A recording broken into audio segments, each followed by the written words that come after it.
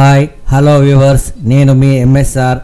ఈరోజు ప్రధాన పత్రికల్లోని ప్రధాన అంశాలు మీకోసం. సాగు చేస్తేనే సహాయం, భరోసాకు కాంగ్రెస్ ప్రభుత్వం కోత. ఈ యాసంగి నుంచే అమలుకు సన్నాహాలు. శాటిలైట్ సర్వేతో సాగు విస్తీర్ణం లెక్కింపు. వ్యవసాయ యూనివర్సిటీలో ప్రయోగాలు. తర్వాత రాష్ట్రమంతా అమలుకు నిర్ణయం. రైతు భరోసా ఇచ్చే నాటికి శాటిలైట్ టెక్నాలజీ సిద్ధం చేయాలని మంత్రి తుమ్మల ఆదేశం. ఇదే జరిగితే 90 లక్షల ఎకరాలకు ఎగవేత. రూపాయలు 5,000 కోట్లు కోల్పోనున్న అన్నదాతలు.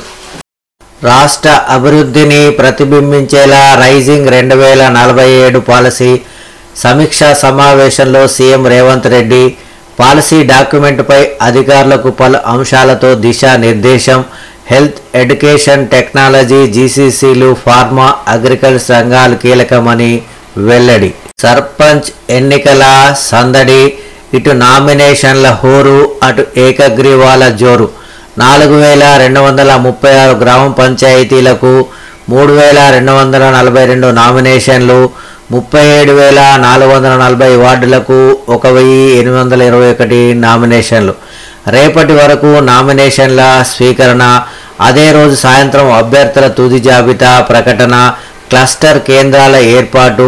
రిటర్నింగ్ అధికారులుగా ఆర్ఓలు, ఏఆర్ఓలు. ఎస్ఈసి కఠిన నిబంధనలున్న ఆగని ఆఫర్స్. ఏకగ్రీవాల కోసం బేరసారాలు. సమిష్టిగా ఒత్తిడి తెద్దాం, కలిసి నడుద్దాం, కేంద్రాన్ని ఒప్పిద్దాం. బీసీల రిజర్వేషన్ బిల్లు ముఖ్యం. 9వ షెడ్యూల్లో చేర్పించాలి. విభజన హామీలు అడగాలి. రాష్ట్ర బిల్లులు పెండింగ్లో, బకాయిల్లో తీవ్ర జాప్యం. ఎంపీలందరూ కలిసి ప్రధాని మోడీకి వినతి పత్రం ఇవ్వాలి. ప్రధాని సమయం ఇస్తే సీఎం నేతృత్వంలో ఢిల్లీకి. తెలంగాణ ఎంపీలతో డిప్యూటీ సీఎం బట్టి విక్రమార్క సమావేశం. పార్లమెంటు శీతాకాల సమావేశాల నేపథ్యంలో రాష్ట్ర ఎంపీలకు దిశానిర్దేశం. కాంగ్రెస్ ఎంపీలతో పాటు 2 బీజేపీ ఎంపీల హాజరు. రాబోయేది రాజకీయ యుద్ధమే. కాంగ్రెస్ భూస్థాపితం ఖాయం. బానిసత్వం లేని ఏకైక పార్టీ బీఆర్ఎస్. తెలంగాణ అభివృద్ధి చేసింది మేమే. భూ ఆక్రమాల పాలసీని వెనక్కి తీసుకోవాలి. కార్యకర్తల సమావేశంలో కేటీఆర్. ఈ శతాబ్ది జెన్ జీదే. ఇతర దేశాల జెన్జీ తరానికి ఆదర్శంగా భారత్ యువత. ప్రధాని మోడీ.